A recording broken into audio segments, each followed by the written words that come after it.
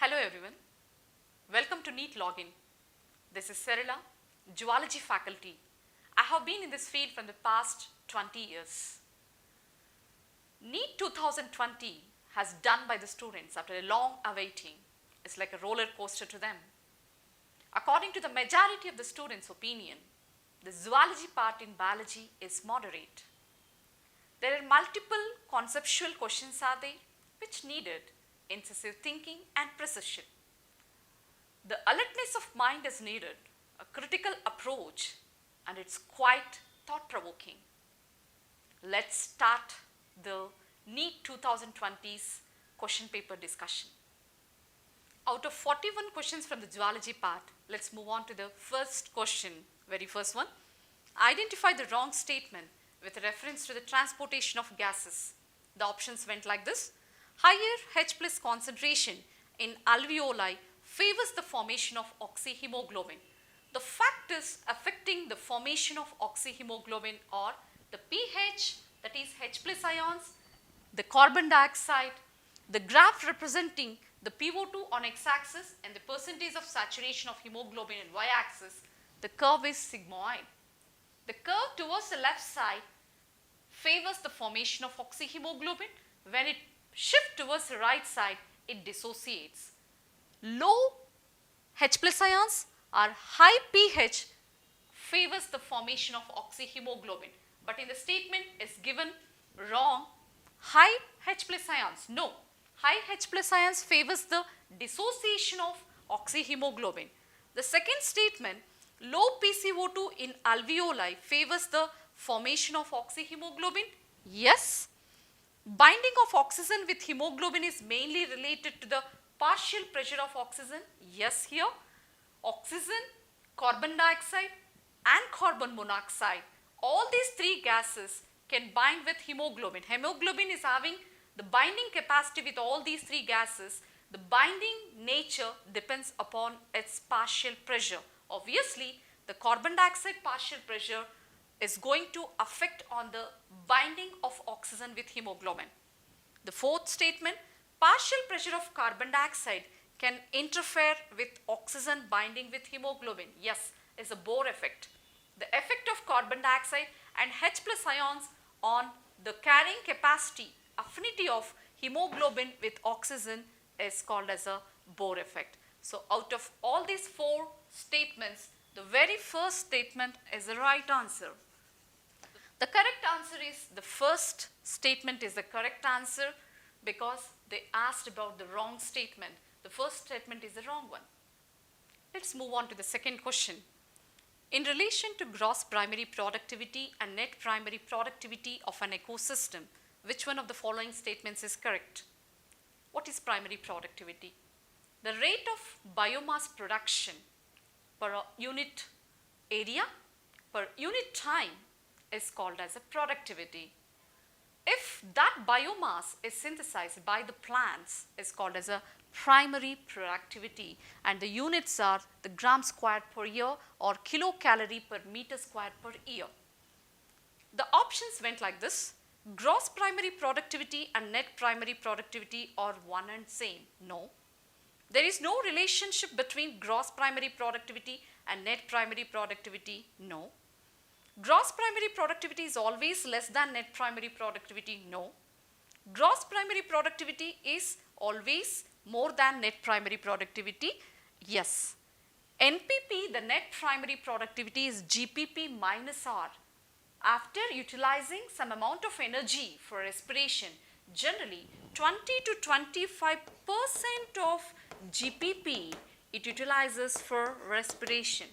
20 to 25% of GPP. After that, the leftover energy is called as NPP. So, obviously, GPP, the gross primary productivity, is greater than NPP. So, the answer for this is the fourth statement is the right answer. Third question. Which of the following refers to correct example or examples of organisms which have evolved due to changes in environment brought about by anthropogenic action?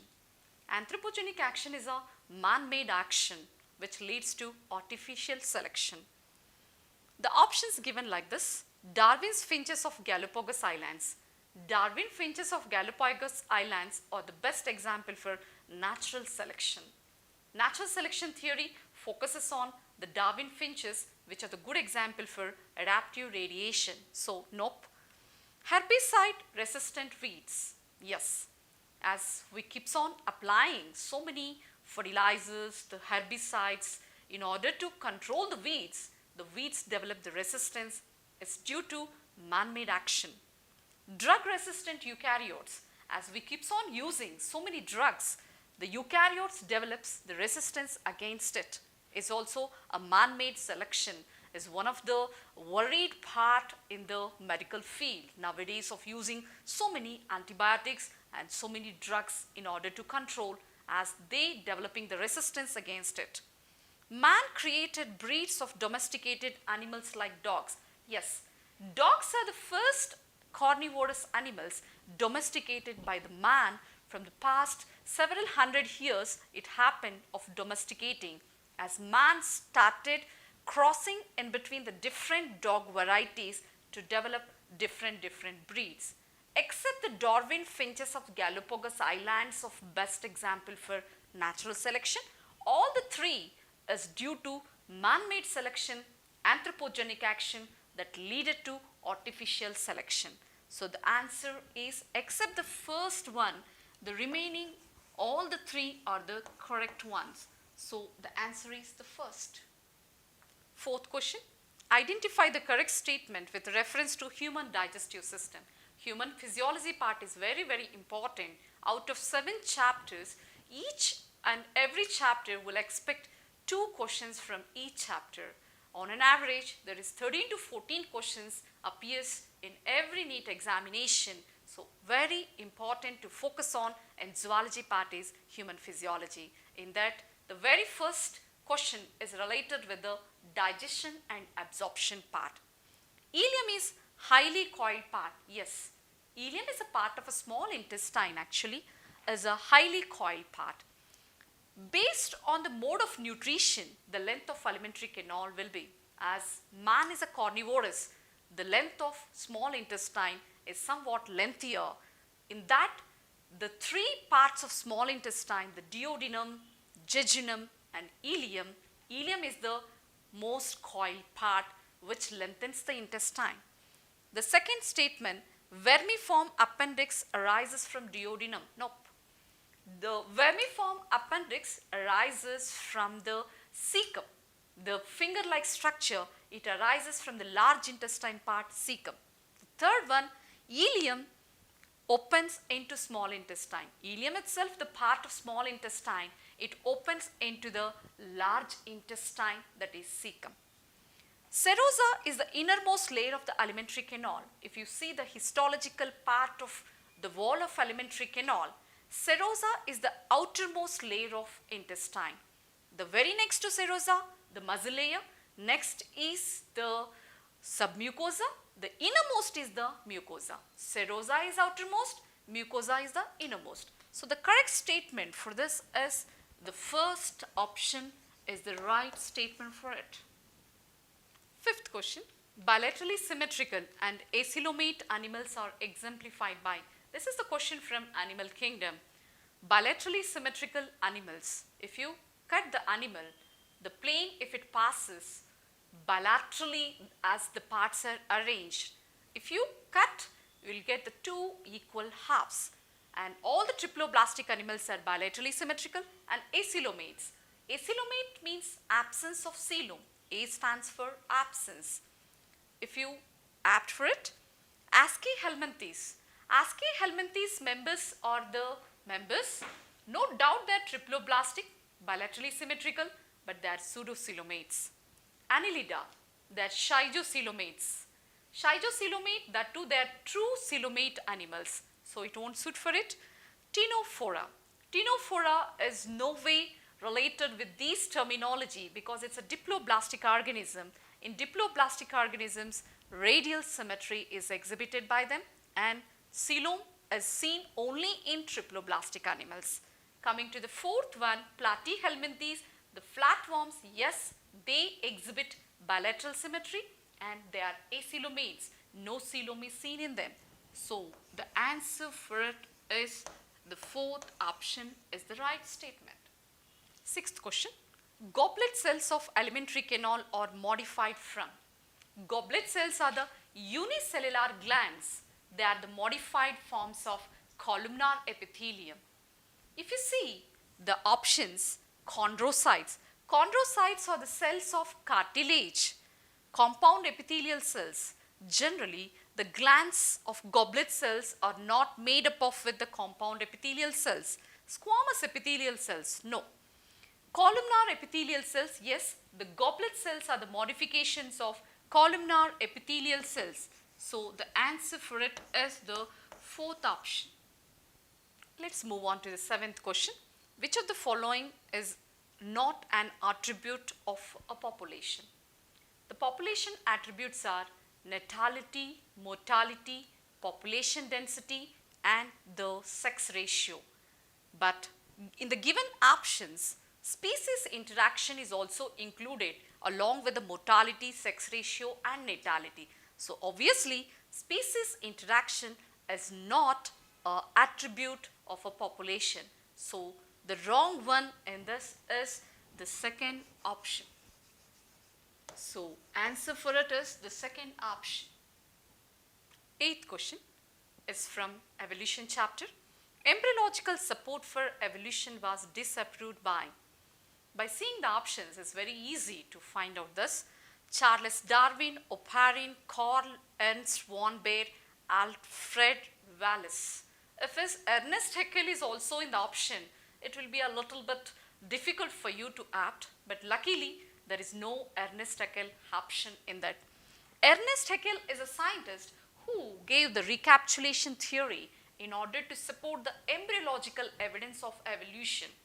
But later, the father of modern embryology, the Carl Ernst von Baer, disapproved that, saying the embryos doesn't pass through the adult stages during their life history. So the option for this is the Carl Ernst von Baer, who's the one supported for evolution of embryology, is disapproved. Carl Ernst von Baer. So the answer for it is the third option. The ninth one, match the following columns and select the correct options. Here in the column 1, it's given the WBC cells, eosinophils, basophils, neutrophils and the lymphocytes. If we want to correlate with its functions, the function of eosinophils in NCERT is given eosinophils are related with allergic reactions. But the statement here, the option given here is away from NCERT domain. It relays histaminase destructive enzyme. Histaminase secreted by the eosinophil is a destructive enzyme which destruct the histamine secreted by the mast cells and basophils. Is away from NCERT domain. A couple of terminology is away from NCERT domain. Basophils. Basophils release the granules containing histamine. Neutrophils. Neutrophils show the phagocytosis phenomenon. You know well, the neutrophils are the internal scavengers and at the same time they are the phagocytic cells. They clear the antigen particles. The lymphocytes. Lymphocytes are involved in immune response. The major cells involved in immune response is the lymphocytes. If you opt one, it will be very easy. Though several match the following questions are there in zoology part, majority of the questions there is no overlapping and no confusion is existing in between the options. That's a very lucky part here. The answer for this is the third option is the right one. 10th question. Which of the following hormone levels will cause release of ovum, ovulation from the Graafian follicle? Ovulation happens in the mid of the menstrual cycle on the very 14th day out of average of 28 days. The options are low concentration of LH, low concentration of FSH, high concentration of estrogen, high concentration of progesterone.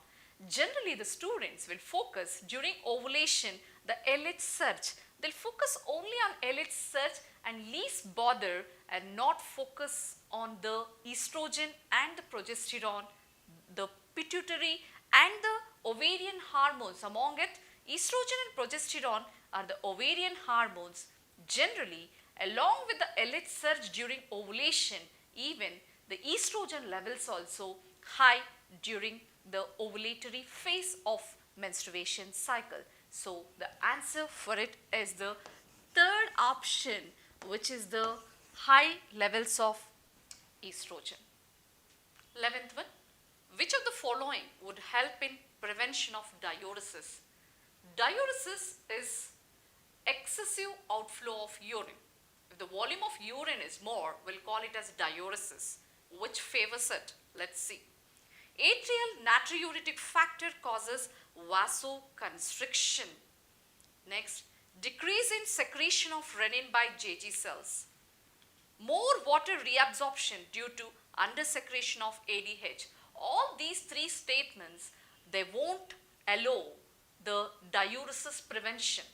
Diuretic substances like caffeine in coffee, the soda and alcohol, all these are also the diuretic substances actually. But they're asking about which prevents diuresis. The three statements, whatever I just read out, the atrial natriuretic factor constricting the vasoconstriction, the JG cells renin and the ADH undersecretion, they won't prevent diuresis.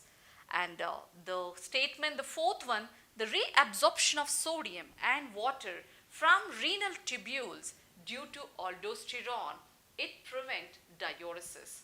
So diuresis can be prevented by the reabsorption of aldosterones. Option for this is the fourth statement. 12th one, Montreal Protocol was signed in 1987 for control of, it's related with environmental issues chapter. Release of greenhouse gases, nope. Disposal of e-waste, no. Transport of genetically modified organisms from one country to another, no. Emission of ozone depleting substances, yes. The Vienna Convention in the year of 1985 and the Montreal Protocol of 1987, both are related in reducing the ozone depleting substances in order to decrease the ODS, ozone depleting substances, whereas Kyoto Protocol is related with the cutoff of greenhouse gases. So the right answer for it is the fourth option is the right one. 13th one, meiotic division of the secondary oocyte is completed. During ovulation time, the secondary oocyte is released, which already entered into meiosis 2 but struck in metaphase 2.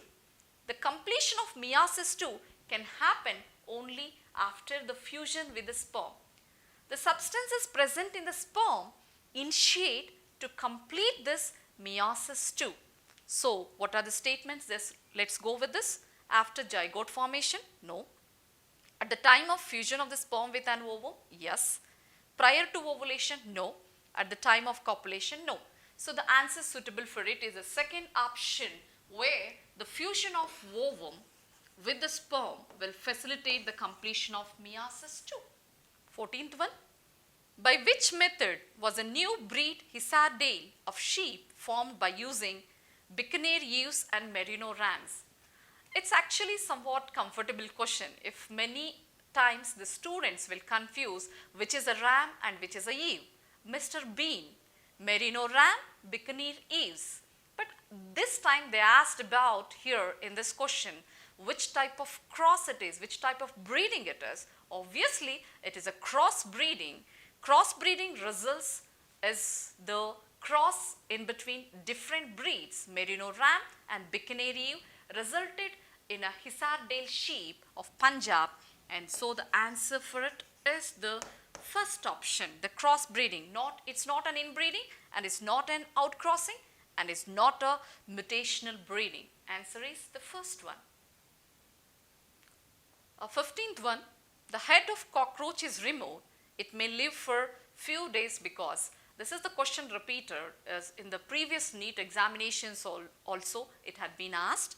The head holds a small portion of nervous system while the rest is situated along the ventral part of its body. Yes, in invertebrates, the nervous system is located on the ventral side, especially the nerve cord, whereas in the case of vertebrates is located on the dorsal side.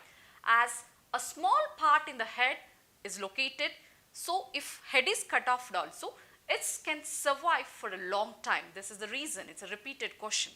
The head holds, the second one, the statement, the head holds 1/3 of nervous system while the rest is situated along the dorsal part of its body. Just now I told, as a cockroach is an invertebrate, its nervous system is located, nerve cord is located on the ventral side, it's not on dorsal side, so it's wrong. The supraesophageal ganglia of the cockroach are situated in ventral part of abdomen. Again, is not in abdomen. One is not in abdomen, it's in the head part. At the same time, it is located on the dorsal side but not on the ventral side. The fourth one, the cockroach does not have nervous system. No, only animals without nervous system and sensory cells are poriferans. Apart from the poriferans, besides that, every animal kingdom phylus, they have nervous system, but evolution differs. The answer for it is the first answer. First option is the right one. 16th one. Select the option including all sexually transmitted diseases. It's from reproductive health part. Majority of the times they'll ask the question from the diseases, sexually transmitted diseases or venereal diseases. So here also again this question is repeated. AIDS, malaria, filaria. AIDS is STD, sexually transmitted disease, but malaria is a protozoan, filaria is a nematode disease. No. Cancer, AIDS, syphilis. AIDS and syphilis are sexually transmitted diseases, but cancer is not a sexually transmitted disease. Gonorrhea, syphilis, genital herpes. Yes, it's absolutely right. The fourth one, gonorrhea, malaria, genital herpes. It's easily to identify. Malaria is a protozoan parasite infection, whereas gonorrhea and genital herpes are the sexually transmitted diseases. So the answer for it is the third one is the right, where all the three are transmitted sexually. The 17th one, identify the wrong statement with reference to immunity. The very first statement, active immunity is quick and gives full response. No guys, active immunity is the one which is a delayed, it doesn't respond quickly, it's somewhat delayed. So it's a wrong statement, whereas the other three statements, let's check whether it's wrong or right. A fetus receives some antibodies from mother, it is an example for passive immunity. Yes, it's a natural passive acquired immunity where the fetus gets antibodies from the mother, where antibodies are transferred from one to the other, mother to the fetus. When exposed to antigen, living or dead, antibodies are produced in the host body, it is called active immunity. Yes. Active immunity is an immunity which is developed by the exposure to the antigens. Yes, it may be either naturally or artificially. When ready-made antibodies are directly given, it is called passive immunity. Yes. If antibodies are transferred, is readily given, it comes under passive immunity. If antibodies are developed within that individual, we'll call it as active immunity. Among the four statements, all the three statements are right. The very first one is wrong because active immunity is not a very quick response and is a slower. So the answer for it is the first one. The first one is a wrong statement. Moving on to 18th one is a straightforward question. According to Robert May, the global species diversity is about, it's very straightforward, is a 7 million. Though it's given like 50 million, 1.5 million, 20 million, is 7 million. So the answer for it is the second option is the right one. Let's move on to the 19th one, guys. Secondary metabolites such as nicotine, strychnine and caffeine are produced by plants for their, generally the secondary metabolite products which are released by the plants, they are going to be for defensive mechanism for that respective plant, but human beings extract that and will use for our economical and commercial purposes. So the answer for it is defensive mechanism, secondary metabolites for defensive mechanism. Though other options like effect on reproduction, nutritive value, growth response, nope. The answer for it is the first one, defensive action. Let's move on to the 20th one. The enzyme enterokinase helps in conversion of, is also from human physiology part. You know, entero is the word related to the intestine. Kinase, it activates. What it activates? Enterokinase secreted by the intestine, it activates the inactive enzyme trypsinogen into trypsin.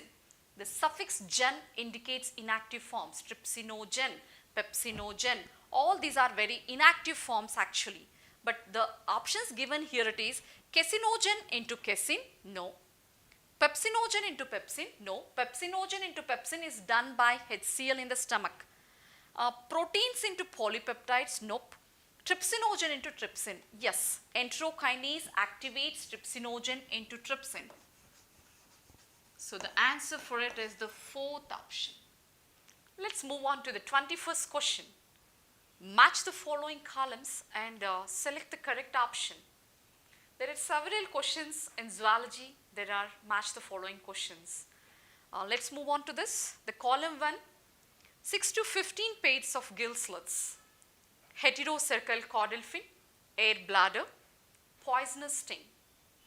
If you apt one option among it, it's going to be very easy to find out the answer for it.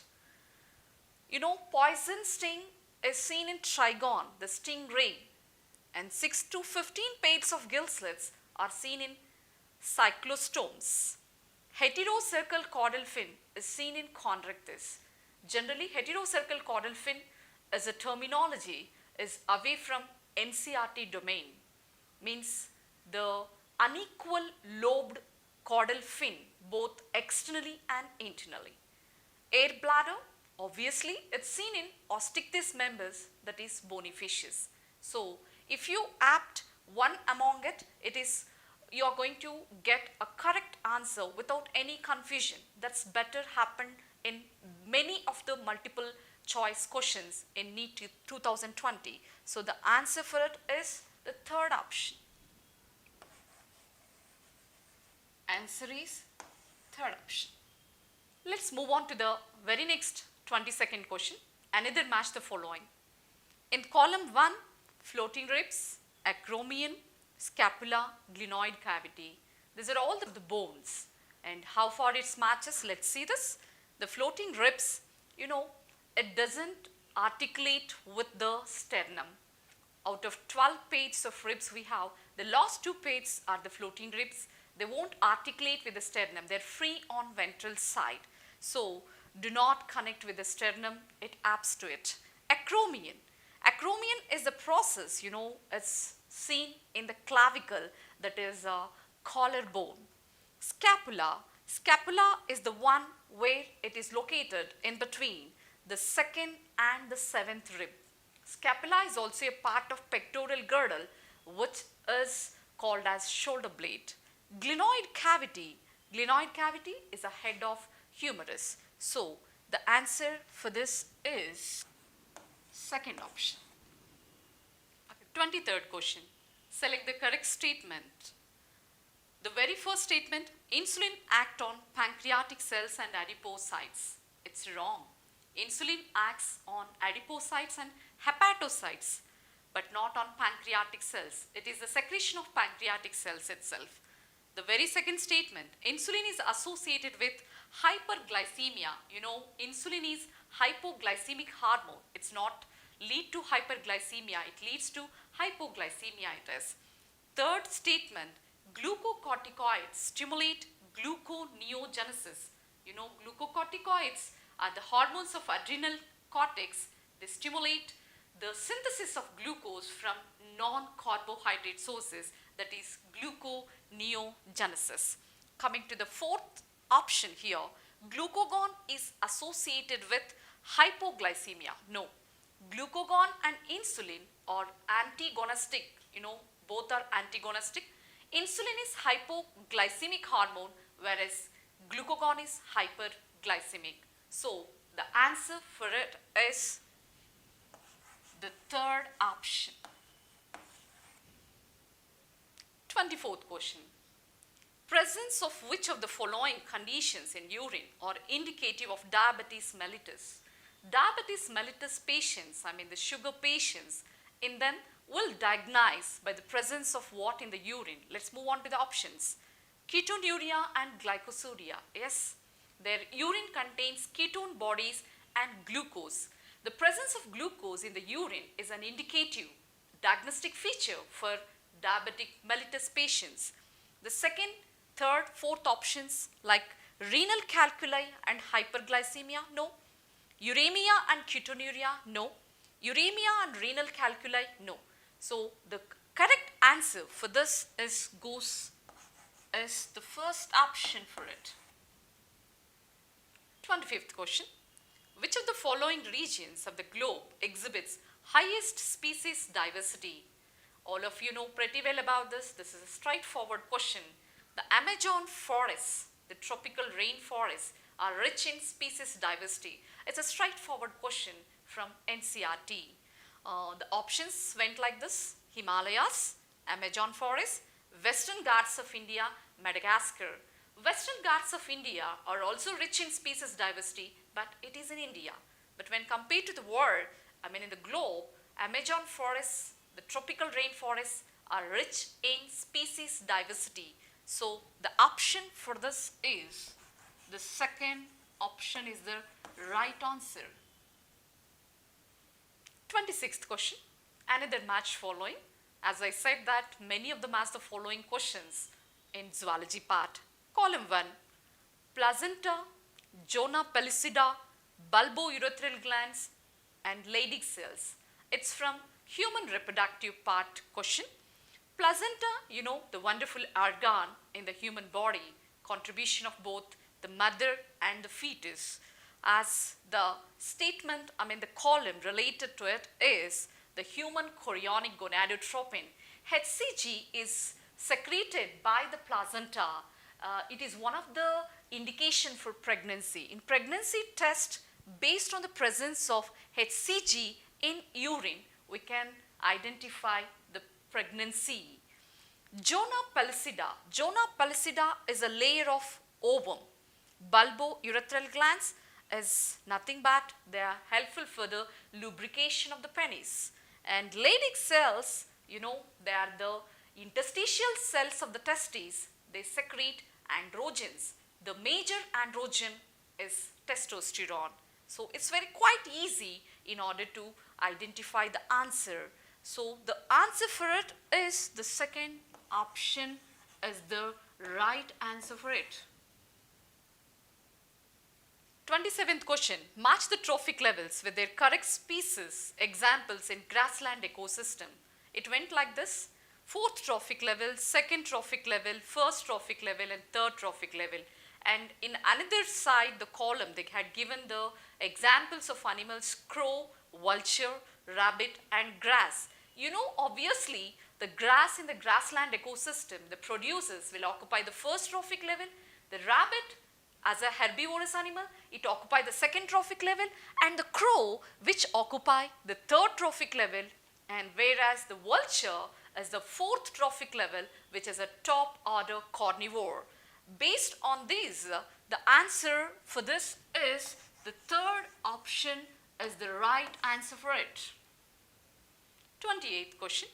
Flippers of penguins and dolphins are examples of. It is a question from the evolution chapter: industrial melanism, natural selection, adaptive radiation, convergent evolution. Flippers of penguins and dolphins are the good example for convergent evolution. They have analogous organs whose origin is different but functionally similar. They show convergent evolution. So the answer for it is the 4th option. 4th option is the right statement. Let's move on to the 29th question. Another match the following question. In column 1, they had given the options like this: organ of Carti, cochlea, eustachian tube and stapes. In the past, from the so many years in NEET examination, the regular question, a most repeated question is from the human eye. But after a long time, we had seen the question from human ear, which is also the important we keeps on saying to the students in order to focus on the sensory part of this eye and ear. In the column matching to this, what will be? Let's move on. The organ of Carti, is actual part helpful for in receiving the sounds, which is located on the basilar membrane of cochlea. Cochlea is a coiled, spring-like structure present in the mammals, is helpful for the location of this organ of Carti. So, cochlea is the one here, it matches with the coiled part of labyrinth. Labyrinth is called to be the internal ear. We have three parts in ear: external ear, middle ear, internal ear. Labyrinth is an internal ear where cochlea is a part of it, coiled part of it. Eustachian tube. Generally, if you move to the eustachian tube, as the sound waves keeps on passing through here like this, it creates a pressure on the tympanum. In order to compensate the pressure, the eustachian tube on one side it opens towards the tympanum, that is middle ear. On other side it opens towards the pharynx in order to balance the pressure on both the sides of tympanum. Coming to the last, the stapes. Stapes is the smallest part of the bony part, is the smallest bone of our body, Out of this 206 bones, we have the smallest is the stapes, which is the middle ear ossicle. And this stapes opens into the cochlea part of through oval window.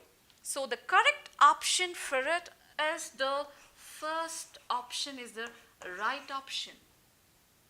30th question. The QRS complex in a standard ECG represents. In standard ECG, we'll have these ones like P wave, the QRS complex and the T wave in a standard ECG. The QRS complex represents what? They're asking about the QRS complex represents what? The P wave represents the depolarization of auricles, that is atria. QRS complex represents the depolarization of ventricles, whereas the T wave represents the repolarization of ventricles. The end of T wave is the end of the systole. So, out of the standard ECG, they are asking about the QRS complex. So, it's a straightforward answer. It is a depolarization of ventricles. So, the answer for it is the first option. 31st question. In which of the following techniques the embryos are transferred to assist those females who cannot conceive? It's apart from reproductive health. Generally from reproductive health, we'll expect the two questions.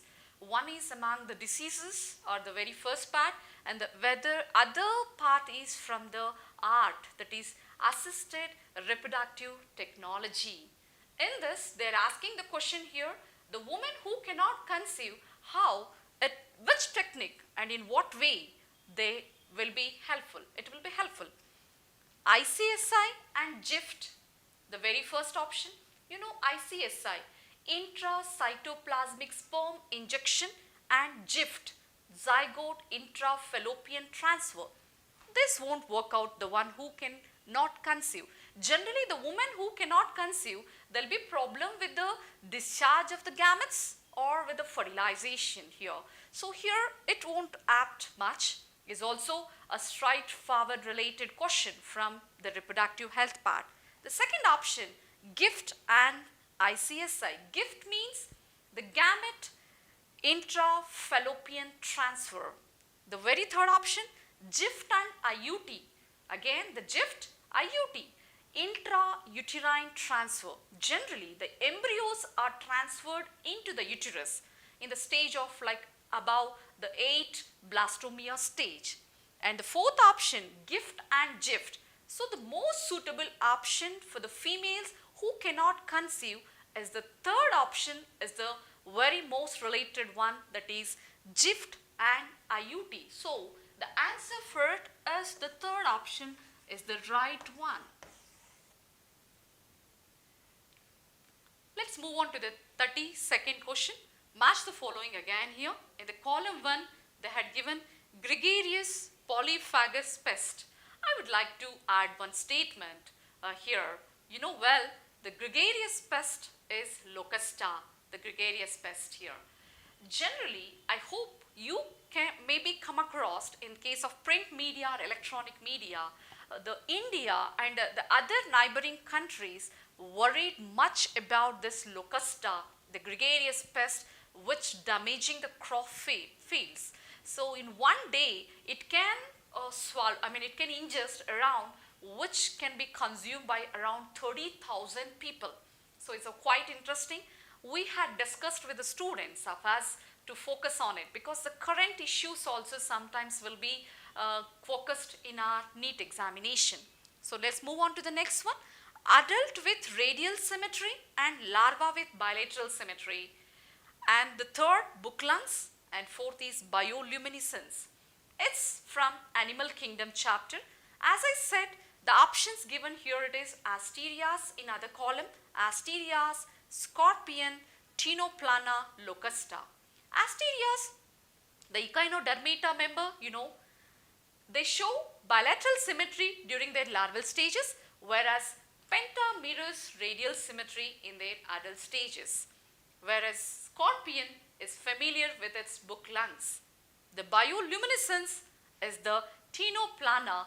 Bioluminescence is one of the characteristic feature of Ctenophora phyla.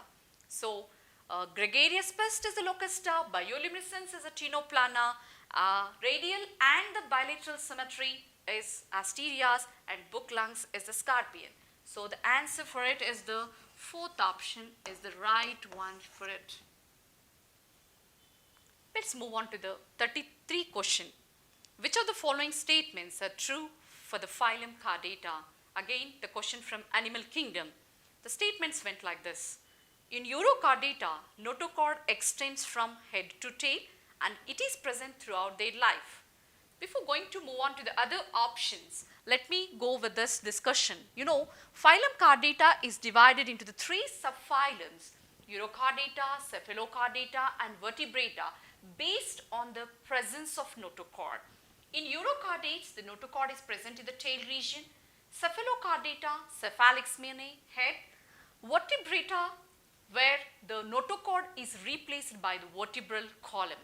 As in the first statement, they are saying Urochordates have the notochord from head to tail. No, and moreover, they won't retain throughout the life. During metamorphosis, they lose their tail, so obviously they lose the notochord. Coming to the very second statement, in Vertebrata, notochord is present during the embryonic period only. Yes, the fundamental character of chordate is the presence of notochord. So, the presence of notochord in vertebrates is seen only during the embryonic state, but later it's replaced by the vertebral column. The third statement, central nervous system is dorsal and hollow. Yes, central nervous system in the members of Chordata is dorsally located and is hollow and it is single. Sometimes we call it as tubular also. Single, tubular and is dorsally located. Whereas the fourth statement, Chordata is divided into three subphyla, Hemichordata, Tunicata and Cephalochordata. For your kind information, Urochordata is also called as a Tunicata, here it is. As Hemichordata, previously it had been dealt as one of the subphyla under the Chordata, keeping in the view that they also have notochord. But later the biologists come to know that the stomochord of hemichordates is not similar to the notochord of chordates. Later it's removed from the classification of Chordata and is kept as a separate phyla. So the statement is wrong. So the answer for it is, the correct answer for it is the second option. 34th question. The infectious stage of Plasmodium that enters the human body. Plasmodium is a malarial parasite. It enters into our human body in the form of sporozoite stage. It is an infective stage. The options given like this: the female gametocytes, male gametocytes, trophozoites, sporozoites. Male and the female gametocytes are the stages that enters into the mosquito, whereas the trophozoite is a feeding stage in the members of protozoans. As a straightforward question, the infective stage of Plasmodium to the human is sporozoite. The answer for this is fourth option.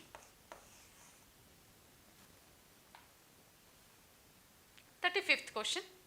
Select the correct match. Is related from the genetics chapter. Sickle cell anemia, autosomal recessive trait, chromosome number 11. Yes. Before going to app the correct option, let's move on to the other options. Why not? They're correct. Thalassemia, they had given it as X-linked. No. Thalassemia is a autosomal recessive trait. Hemophilia, they had given it as a Y-linked. No, is a X-linked recessive trait. Phenylketonuria is a autosomal recessive trait, but they had given it as a autosomal dominant trait. So the correct option for it is the sickle cell anemia. You know, in hemoglobin, out of alpha and beta chains, alpha chain gene located on 16th chromosome, beta chain is located on 11th chromosome. Anyway, the sickle cell anemia is no way related with the alpha chain. The gene responsible for it is located on chromosome number 11, that is on beta chain. So the correct answer is the sickle cell anemia is the first option, is the correct match for it. 36th question from evolution chapter. From his experiments, S.L. Miller produced amino acids by mixing the following in a closed flask. It's somewhat confusing question. As I said in the beginning, the alertness of the mind is required here. So a simple overlook of this may relate to the attending the wrong answer. So let's move on to the options. Here it is: CH4, H2, NH3 and water vapor at 600 degrees Celsius. The second one, CH3, H2, NH3 and water vapor at 600 degrees Celsius. Next third is CH4, H2, NH3 and water vapor at 800 degrees Celsius. The fourth is CH3, H2, NH4 and water vapor at 800 degrees Celsius. If you rule out these two first options, the simulation experiment conducted by the S.L. Miller, Stanley Miller and Urey is not at 600 degrees Celsius, it's at 800 degrees Celsius. But the option is wavering in between the third and fourth option here. CH4 and CH3 both are given as at 800 degrees Celsius. They used methane, hydrogen, water vapor and ammonia. CH4 is a methane, but CH3 is a methyl group. So the answer here, it goes wrong, the CH3. So the correct option for it is the CH4 at 800 degrees Celsius. So the answer for it is the third option. Let's move on to the 37th question. Another match the following question, guys. Column 1, pituitary gland, thyroid gland, adrenal gland and pancreas. It's from chemical coordination chapter. They're asking about the disorders related with these glands. Pituitary gland, you know, out of given options like Graves' disease, diabetes mellitus, diabetes insipidus and Addison's disease, out of these options in the column 2, let us relate with one another.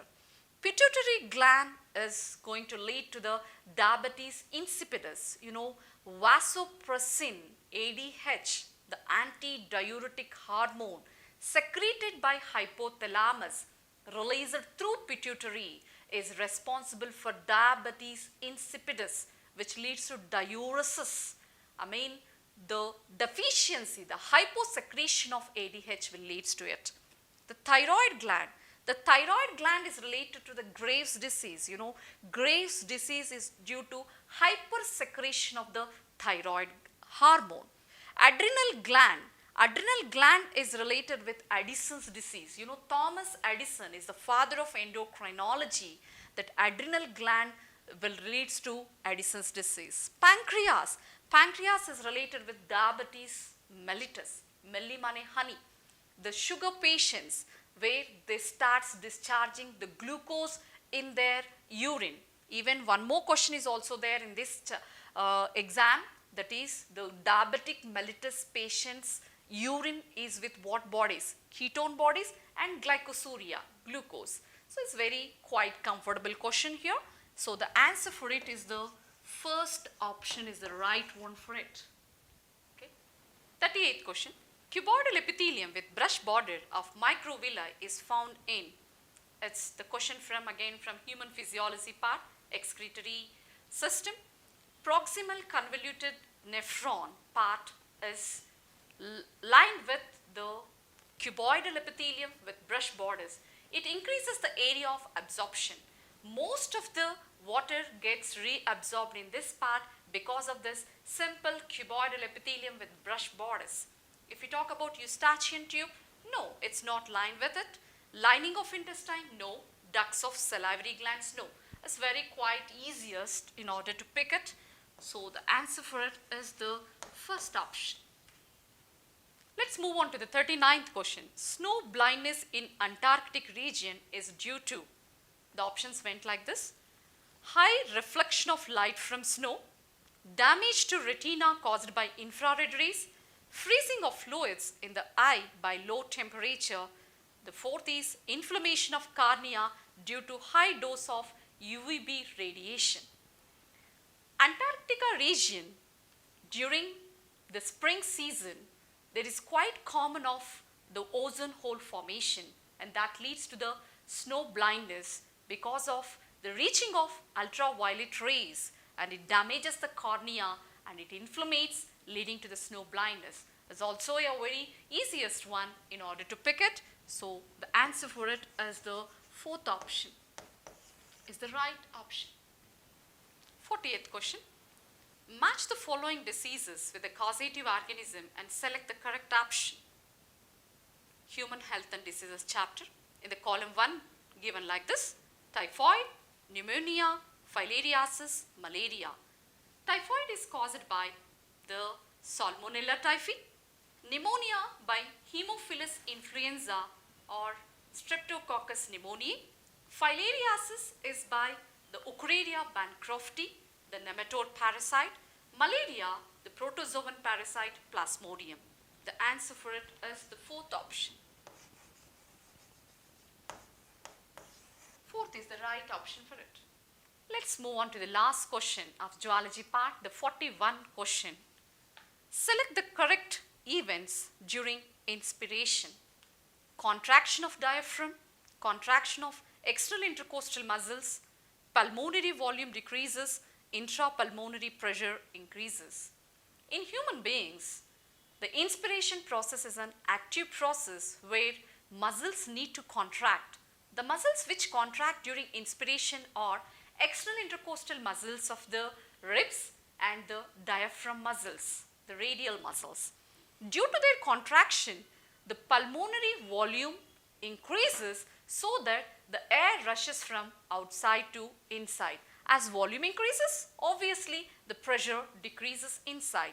So, contraction of diaphragm is the right option for it. Right statement. Contraction of external intercostal muscles also the right, but pulmonary volume not decreases, it increases. And whereas even the intrapulmonary pressure, it won't increases, it decreases. If it decreases only, the air rushes from outside to inside, from higher concentration to the lower concentration. So, the correct options are the A and B are the right, means the third option is the right option for it.